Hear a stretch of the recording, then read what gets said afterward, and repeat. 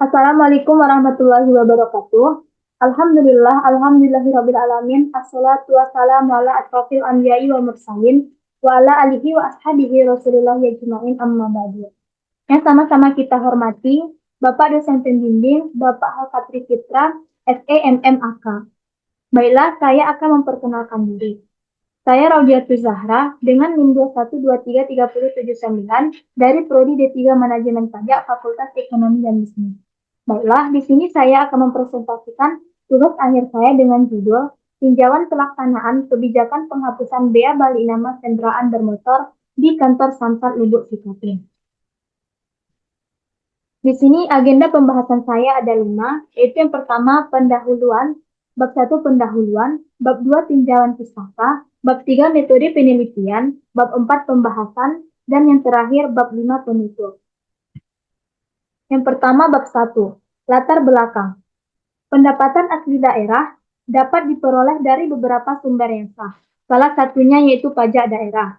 Pajak daerah adalah iuran yang dipungut oleh pemerintah daerah berdasarkan undang-undang dan peraturan daerah, sehingga dapat dipaksakan dengan mendapat balas jasa secara langsung. Perkembangan di daerah merupakan suatu tugas yang harus dilaksanakan oleh masing-masing pemerintah untuk meningkatkan kesejahteraan dan kemakmuran rakyatnya, agar pembangunan di daerah berjalan dengan lancar. Maka setiap pemerintah daerah perlu memiliki dana yang cukup untuk pembiayaan pembangunan tersebut. Pendapatan asli daerah salah satunya berasal dari kontribusi penerimaan pajak daerah seperti bea balik nama kendaraan bermotor. Penerimaan pajak bea balik nama kendaraan bermotor di Kabupaten Pasaman setiap tahunnya cenderung tidak stabil atau naik turun. Hal ini dibuktikan pada saat peneliti melakukan kegiatan penelitian di kantor tersebut.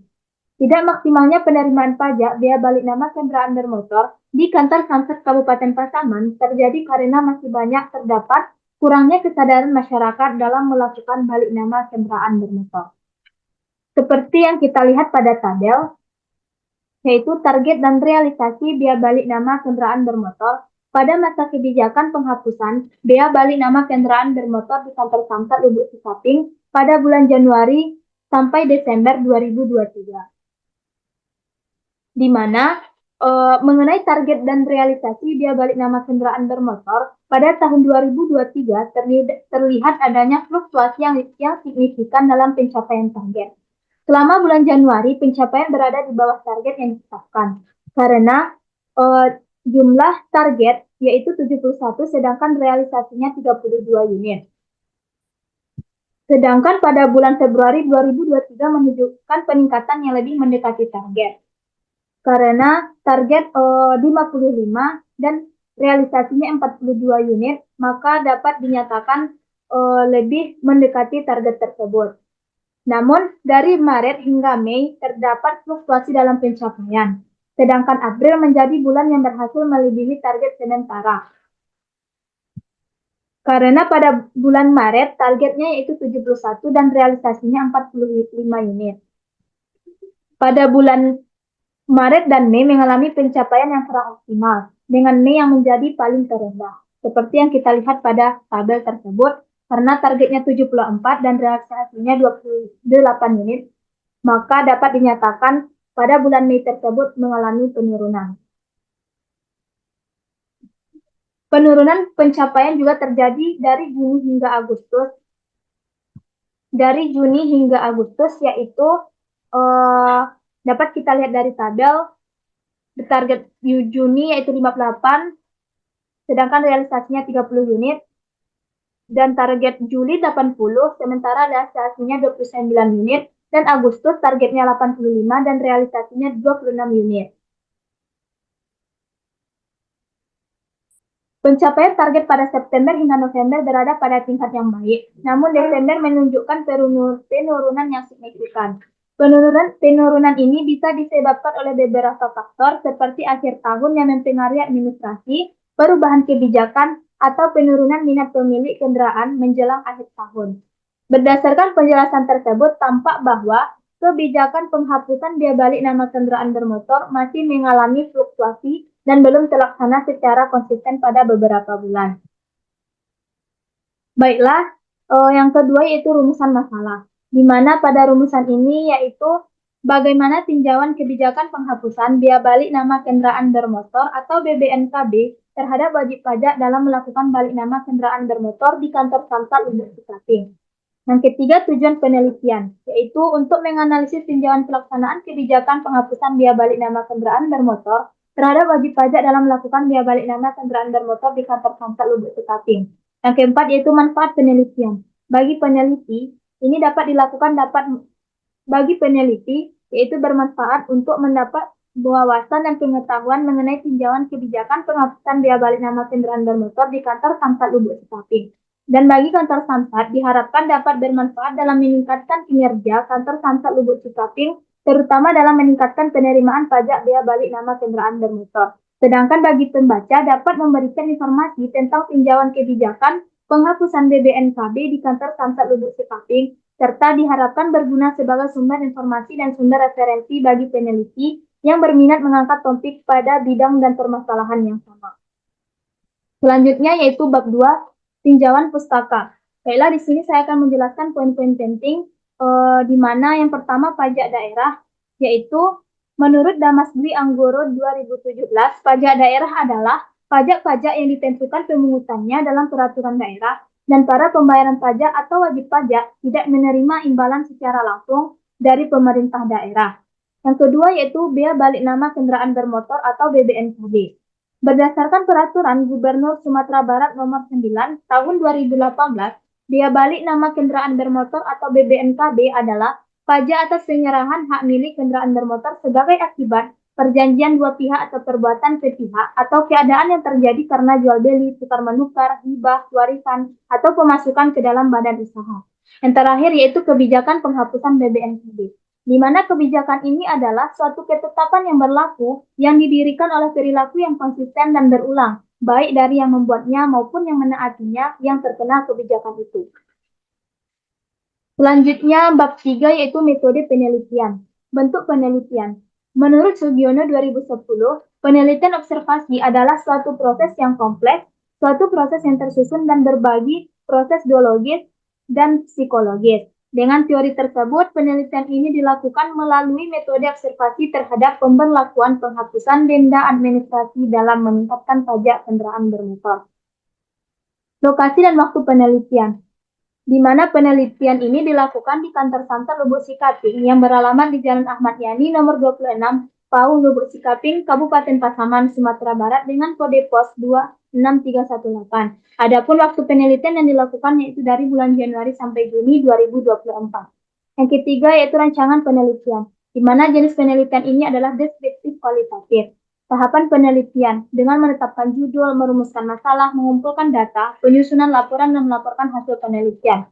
Sedangkan objek penelitiannya yaitu di kantor Samsat Lubuk Sikaping, dan sumber data penelitian yaitu data primer dan data sekunder, di mana data primer ini adalah data yang didapatkan oleh peneliti tersebut, sedangkan sumber data penelitian sekunder yaitu data yang mendukung sumber data penelitian primer. Yang keempat yaitu teknik analisis, di mana data yang digunakan dalam penulisan tugas akhir ini adalah teknik analisis deskriptif kualitatif, yaitu dengan menjelaskan, memaparkan, dan menggambarkan data-data mengenai kebijakan penghapusan biaya balik nama kendaraan bermotor di kantor Samsat Lubuk Sikaping. Selanjutnya yaitu bab 5 pembahasan. Yang pertama pelaksanaan kebijakan penghapusan BBNKB. Yang pertama yaitu pertimbangan pemerintah daerah mengeluarkan kebijakan penghapusan biaya balik nama kendaraan bermotor. Yang kedua pelaksanaan kebijakan penghapusan biaya balik nama kendaraan bermotor. Dan yang ketiga penerimaan pajak BBNKB pada masa kebijakan penghapusan biaya balik nama kendaraan bermotor. Baiklah, pada tabel tersebut dapat kita lihat bahwa target dan realisasi biaya balik nama kendaraan bermotor pada masa kebijakan penghapusan BBNKB Samsat Lubuk Sikaping dari tahun 2023 mengalami naik turun. Selama bulan Januari 2023 mengalami pencapaian yang lebih rendah dibandingkan dengan target yang telah ditetapkan, dengan presentasi yang lebih rendah dari target yang diharapkan.